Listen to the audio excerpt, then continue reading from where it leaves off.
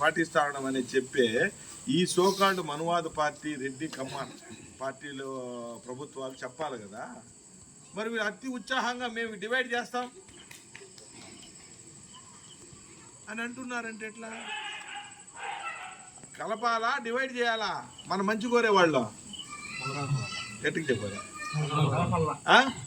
కలపాల. మనలో కూడా మన ఉపకులాలు ఉన్నాయి, కొన్ని డెవలప్ కాని కులాలు. ఆ కులాలకు ఏం చేయాలా? ప్రత్యేకమైన రాయితీలు, ప్రత్యేకమైన ఆస్తులు, ప్రత్యేకమైనటువంటి సౌకర్యం కల్పించి వాళ్ళు అభివృద్ధి చెంది ఈ రిజర్వేషన్ పట్టుకునే పరిస్థితి సామర్థ్యాన్ని పెంచాల. అది వదిలేసి వర్గీకరణ చేస్తాము, మిమ్మల్ని విడగొడతాము, మీరు ఇంత సమూహాలు ఉండకూడదు అని కుతంత్రాలు పొందుతా ఉన్నారు. ఇప్పుడు సాక్షాత్ ప్రధానమంత్రి మన మందకృష్ణ ఆయన ప్రోగ్రాంకి వచ్చి హామీ ఇచ్చేసి పోతాడు. అంటే ఎందుకు హామీ ఇచ్చిపోతాడు? లక్షలాది జనము వాళ్ళు చూపించే కొద్దికి భయపడి చెప్తాడు. మరి మాలలో లక్షలాది మంది జనం ఎక్కడన్నా చూపించినారా? మేమంతా కలిసి ఉండాలని మీరు ఏడన్నా ప్రొటెస్ట్ చేసినారా? ఏ పొద్దున్న లక్షలాది మంది మీటింగ్లు పెట్టేదాన్ని ముందు వచ్చినారా? అంబేద్కర్ గారు చెప్పింది విడిపోకూడదు, కలిసి ఉండాలి, వీళ్ళు ప్రత్యేకమైన రాయితీలు ఇవ్వాలని అంబేద్కర్ గారు కోరుకున్నారు. ఇదే కాబట్టి ఇది ఒప్పుకోవద్దు మోడీ, దీని గురించి మాట్లాడి చంద్రబాబు నీ కథ తెలుస్తాం, రేవంత్ రెడ్డి నీ కథ తెలుస్తామని మాలలు ఎంతమంది లక్షల మంది సభలు పెట్టినారు, లక్షల మంది నిరసన తెలియజేసినారు. ఏం పూర్ణ? మరి ఎందుకు లేదు? మనం ఈ విధంగా ఐక్యత లేదు కాబట్టి ఈ రోజు డివైడ్ చేస్తామంటారు రిజర్వేషన్, రేపు రిజర్వేషనే ఎత్తేస్తారు. కాబట్టి నెక్స్ట్ భవిష్యత్తు తరానికి రిజర్వేషన్లు వద్దా? మనం ఏమన్నా కోటీశ్వరులు అయిపోయి ఈ దేశంలో సామాజిక సమానత్వ హోదా వచ్చేసిందా మన ప్రజలందరికీ? 40 కోట్ల మంది ఉన్న ఎస్సీలకి వచ్చేసిందా హోదా? చెప్పండి, ఇవన్నీ ఆలోచించాలా. వీటిని చెప్పడం కోసమే ఈ సాయంత్రం మీ దగ్గర రావడము. ఆలోచన చేయండి, ఐక్యంగా అండి. మన హక్కుల కోసం పోరాటం ఇప్పుడు చేయకపోతే ఇంకెప్పుడు చేయలేరు. ఇప్పుడు వదిలేస్తే రాబోయే తరంలో అంబేద్కర్ అంటే తెలీదు, రాజ్యాంగం అంటే తెలీదు, మన హక్కు అంటే కూడా తెలియని పరిస్థితి పిల్లలు వెళ్ళిపోతారు.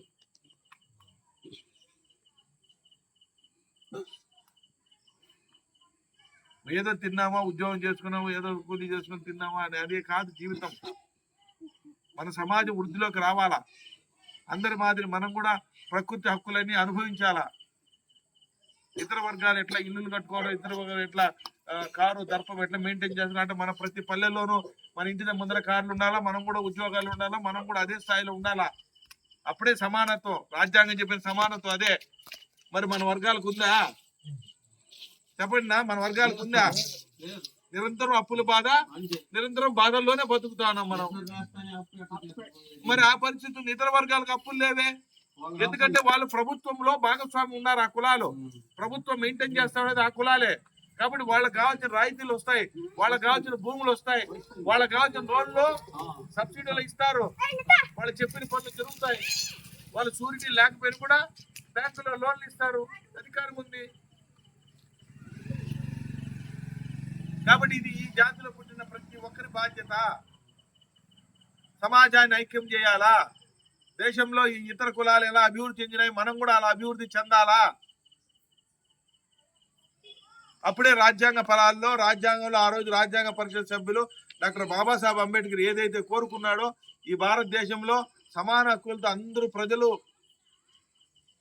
అభివృద్ధి చెందాలని కోరుకున్న దానికి ఒక సార్థకత ఏర్పడుతుంది.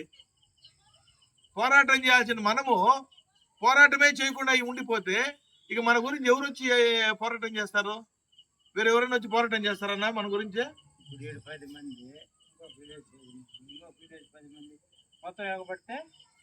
దానంతా మెడలు వంచొచ్చు, ఏ ప్రభుత్వానైనా మెడలు వంచొచ్చు. సంఖ్యాబలమే ప్రజాస్వామ్యంలో సంఖ్యాబలం ఉన్నవాడే చెప్పింది జరుగుతుంది. నీ సంఖ్య నువ్వు చూపించుకోలేకున్నావు. 70 లక్షల మంది మాలలు ఈ రాష్ట్రంలో ఉన్నారు. 5 కోట్ల మంది జనాభాలో 70 లక్షల మంది ఉన్నారు. మరి మీ హక్కుల గురించి మాట్లాడటం లేదే. అత్యంత బాధాకరం. మెజారిటీ ప్రజలైనటువంటి మనం సుమారు 1 కోటి మంది ఎస్సీలు ఉన్నాం. మరి మన హక్కుల గురించి మాట్లాడటం లేదే. నిన్నటికి మొన్న ఒకటి ఎవరో చెప్పారు, చూశాను నేను. కేజీఎఫ్ అంట, కమ్మ గ్లోబల్ ఫెడరేషన్ అంట. అంటే ప్రపంచంలో ఉండే కమ్మ వాళ్ళందరూ ఒకటే అవ్వాలంట, అమెరికా అధ్యక్షుడు అవ్వాలంట. అంటే మీరు మాత్రం చంద్రబాబు నాయుడు గారు మీ కులపోళ్ళు మాత్రం మీ సంఘాల వాళ్ళు ఒకటయ్యి అమెరికాను పట్టుకోవాలా? మేము మాత్రం మమ్మల్ని మాత్రం డివైడ్ చేయాలా? ఆ రిజర్వేషన్లోని మేము మొగ్గుతూనే ఉండాలా? ఎక్కడి న్యాయం ఇది? ఎక్కడి న్యాయము? ప్రజలారా ఆలోచించండి. ఆ కులం వాళ్ళు ఎంత ఐక్యంగా ముందుకు పోతా ఉన్నారు. ఈ కులంలో ఈ విధంగా నాకెక్కువ తిన్నాం, నీకెక్కువ వచ్చింది, నాకు తక్కువ వచ్చిందని నిరంతరం కొట్లాడుకుంటా అధికారాన్ని పట్టే ఆలోచన మన నుండి తీసేసినారన్న. ఒకరొకరు మీరు ఐక్యత లేకుండా కొట్లాడుకుంటా అధికారం గురించే మనం మర్చిపోయినాం.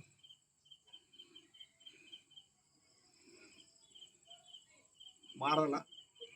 సామాజిక బాధ్యత ఎత్తుకోండి యువకులు. మీరు ఈ తరంలో మీరు రాజ్యాంగ ఫలాలను రాబోయే తరాలకు అందించాలంటే దాని బాధ్యత తీసుకోవాల్సింది మీరే.